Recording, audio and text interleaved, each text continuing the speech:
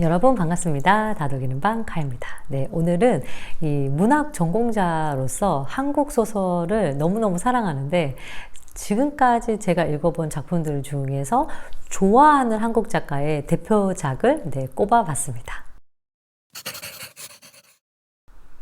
첫 번째 책은요, 뭐 말이 필요 없죠. 이제는 우리 대한민국이 사랑하는 작가, 한강 작가님의 작품인데, 뭐 기존에 제 그 유튜브 채널을 통해서 제가 이 작가님을 얼마나 사랑하는지 많은 분들이 아실 텐데, 그 다양한 작품 중에 한 가지를 꼽으라고 한다면은 저는 바람이 분다 가라와 이 작품을 꼽을 것 같아요.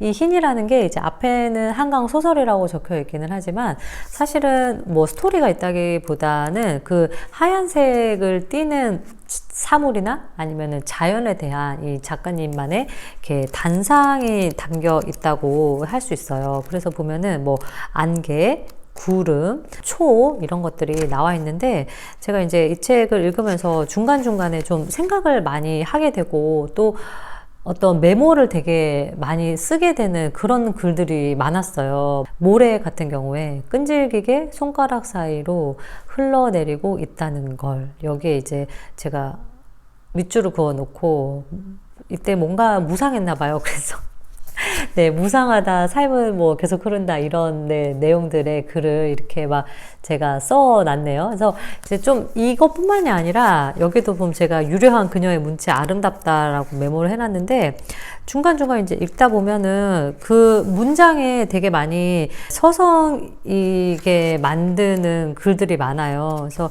파도 같은 경우에도 부서지는 순간마다 파도는 눈부시게 희다. 수천 수만의 뒤척임이 있다. 그 다음에 괄호가 백미예요. 그러나 아무것도 영원하지 않다.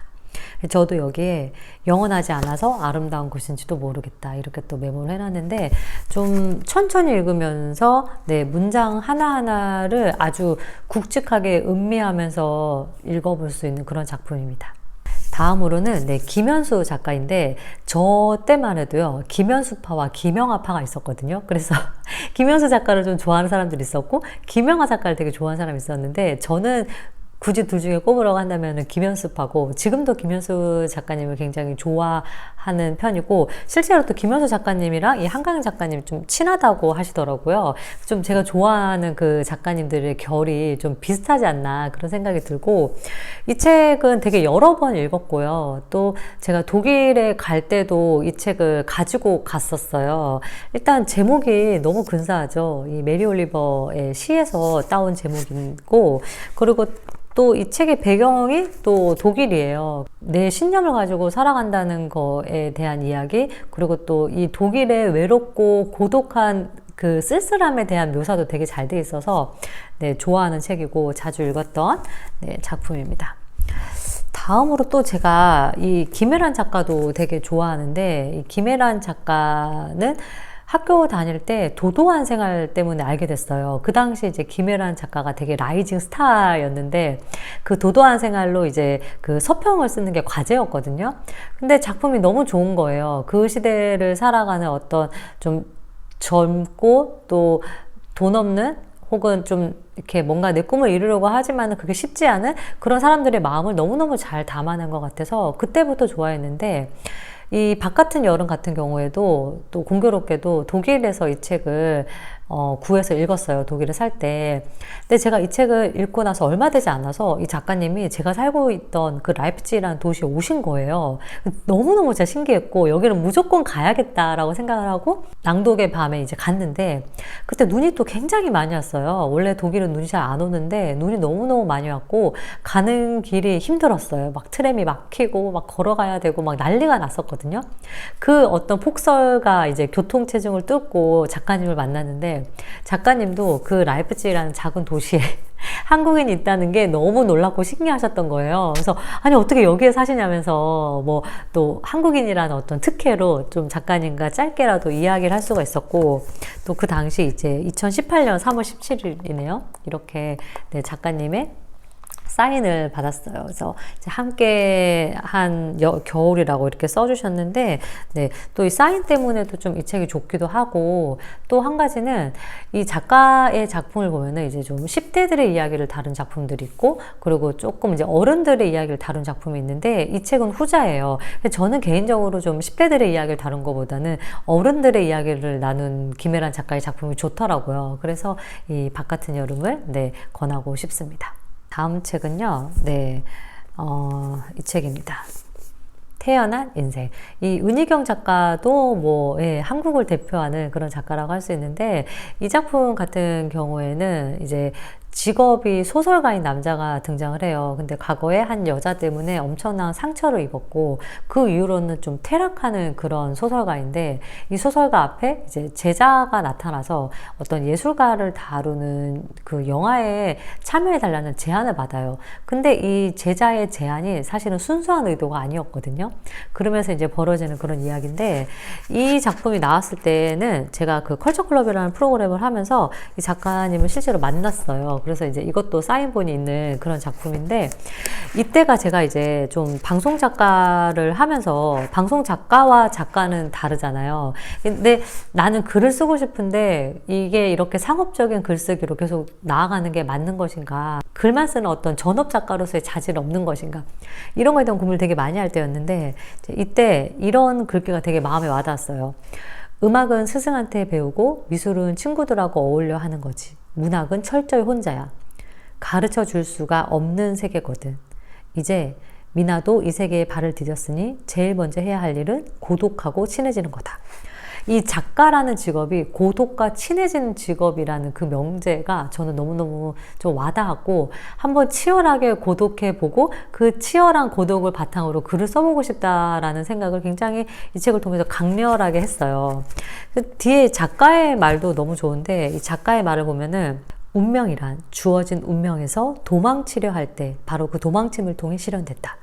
이 도망침을 통해 실현된다라는 말이 완전 콕 박힌 거예요. 그러니까 이게 운명이라는 게 정해진 게 아니라 거기에서부터 벗어났을 때 내가 내 운명을 개척해 나간다라는 그런 개척 정신이 느껴졌고, 그 다른 이 작가님의 기사를 보면은 우리가 이제 인생을 살아가다 보면은 내가 원하는 일이 있고, 이 사회가 혹은 이 세상이 이렇게 좋다고 말하는 그런 틀이 있잖아요. 근데 우리는 항상 거기에 끼지 못하면은 내가 뒤떨어진 것 같고, 약간 내가 루저가 된 것 같고, 그런 생각이 드는데, 이 작가님이 우리는 다 자기한테 주어진 삶을 그 자신이 꾸려나갈 수 있는 그 규모 안에서 적절하게 자신이 원하는 길을 나아가야 한다라는 인터뷰가 있었는데, 그 내용도 굉장히 좀 위로가 되고 인상적이었어요. 나를 정확하게 알고 이 내 규모의 선에서 삶을 어떻게 나갈 것인가에 대한 생각을 굉장히 많이 했었고, 그 치열한 생각이 담겨 있는데 제목이 태어난 인생이에요. 저는 이것도 역설적이면서도 인상 깊더라고요. 또 다음 작품은요, 바로 이제 김훈 작가의 남한산성이에요. 이 책은 학교 다닐 때 교수님께서 이 책을 가지고 필사를 해보라고 권하셔서 사실은 처음 알게 됐어요. 처음에는 그 필사를 하는 게 너무 힘들어서 하고 싶지 않았는데, 이 첫 문장을 보는 순간 완전히 이 김훈이라는 작가에게 매료됐어요. 첫 문장이 허송세월하는 나는 봄이면 자전거를 타고 남한산성에서 논다. 먼 성벽이 하늘에 닿아서 선명했고 성 안에 봄빛이 자글거렸다. 이 봄빛이 자글거렸다라는 표현을 할 수 있다는 게 정말 경이롭게 느껴졌고, 어떻게 이런 생각을 하고 글을 쓸 수 있지? 자, 감탄하고 또 감탄했어요. 그래서 이제 그 다음에 이어지는 페이지에 보면은 모든 봄들은 새로웠다라고 표현을 하고 있는데, 이 작가님의 모든 글들이 다 새로운 거예요. 이 남한산성에 담겨 있는. 저한테는 엄청난 좀 충격을 준 작품이었고, 문장 자체들이 너무 좋아서 이후로는 김훈 작가의 작품들이 나올 때마다 거의 다 읽었고, 뭐 최근에 나온 이제 허송세월도 제가 소개한 적이 있는데, 이 작가의 여러 작품들 중에 마찬가지로 한 것만 꼽는다면 저는 이 남한산성을 꼽을 것 같습니다. 자, 다음으로는 최근에 좋아하게 된 작품이에요. 바로 최진영 작가의 단 한 사람인데, 이 책이 처음에는 좀 잘 안 읽혔거든요. 왜냐면 약간 SF 같기도 하고 현실에서 좀 일어나지 않을 법한 일이기 때문에 잘 안 읽혔는데, 그 초반을 잘 넘기면 이제 글이 완전 술술 잘 읽혀요. 근데 읽다 보면 느껴지는 게 이 작가님이 이 비참하고 어떻게 보면 잔인한 이 세상을 얼마나 사랑하는지가 느껴져요. 네. 그 어떤 세상을 향한 따뜻한 시선. 그러니까 그럼에도 불구하고 삶은 아름답다라는 것을 표현하는데, 그 삶이 아름다울 수 있는 이유는 결국에는 우리 인간의 사랑이라는 거예요. 그래서 이 책에 보면은 사랑하는 사람이 생긴다는 건 신에게 구걸할 일이 늘어난다는 것이다라는 표현이 있는데, 사실은 개인적으로는 그 문장 하나를 읽는 것만으로도 이 책을 읽어야 할 가치가 있다. 네, 정말 저를 이 작가에게 입덕하게 만든 문장이었고, 그 이후에 이제 뭐 또 쓰게 될 것도 있고, 과거에 썼던 그 구의 증명이라는 작품도 있지만, 저는 이게 약간 첫사랑 같은 작품이어서 그런지 이 작품이 네, 제일 좋았습니다. 마지막은요, 네, 권효선 작가의 각각의 계절인데, 저는 사랑을 믿다부터 이 권효선 작가 좋아했는데, 보통 이제 단편을 보면은요, 좀 다 좋을 수는 없거든요. 네, 약간의 이제 좀 호불호가 있기도 하고, 어떤 거는 재미있고, 어떤 건 좀 재미가 없는데, 이 작품은 정말 모든 수록작들이 다 좋았어요. 그리고 이 권여선이라는 작가의 어떤 응축된 문장의 힘을 네, 느낄 수 있는, 또 문장 하나하나를 정말 오랫동안 생각을 하고 쓰셨구나라는 생각이 드는 그런 정성 가득한 문장들도 많고, 내용도 좋아요. 근데 이제 다만, 이 작품에 등장하는 인물들 자체가 약간은 40, 50, 뭐 60 정도 되거든요. 그러다 보니까 좀 젊으신 분들이 읽었을 때는 좀 공감이 가지 않을 수도 있는데, 이 각각의 삶을 결국에는 이제 살아간다, 뭐 어떻게 보면 이제 이런 메시지인데, 그렇다면 이제 나는 나에게 매년 새롭게 주어지는 이 각각의 계절을 어떻게 보낼 것이냐, 이런 것들에 대해서 좀 생각해 볼 수 있는 그런 작품입니다. 그래서 오늘은 저의 최애 작가의 최애 작품을 네, 한번 엄선을 해 봤고요. 또 다음 시간에 또 다독이는 책으로 여러분 찾아뵙도록 할게요. 추스!